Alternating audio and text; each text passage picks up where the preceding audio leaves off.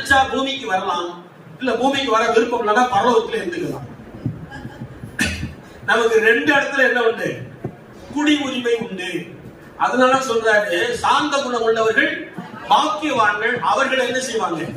பூமியை சுதந்திரித்துக் கொள்வார்கள். சில பேர் பூமியை பத்தி யோசிக்க மாட்டாங்க. எதை பத்தி யோசிப்பாங்க?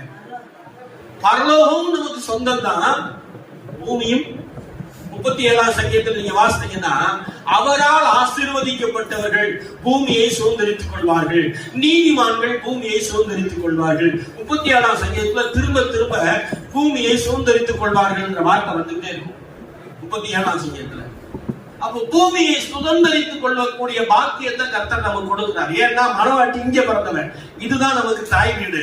இங்க தாய் வீட்டுக்கு வரலாம், பரலோகம் வந்து புகுந்த வீடு. அங்கே இருக்கலாம், இங்கே இருக்கலாம். புகுந்த வீட்லயும் வாழலாம், தாய் வீட்டுக்கு அப்பப்ப வந்து வந்து போகலாம். ரெண்டு வீடு ஆயிடுச்சு. பரலோக சொந்தமா பூமி சொந்தமா? ரெண்டுமே சொந்தம். ஏன்னா நான் இங்க பிறந்தேன், அவன் அங்க பிறந்தார், ரெண்டு பேரும் திருமணம் செஞ்சிட்டோம், ரெண்டுமே எங்களுக்கு சொந்தம்.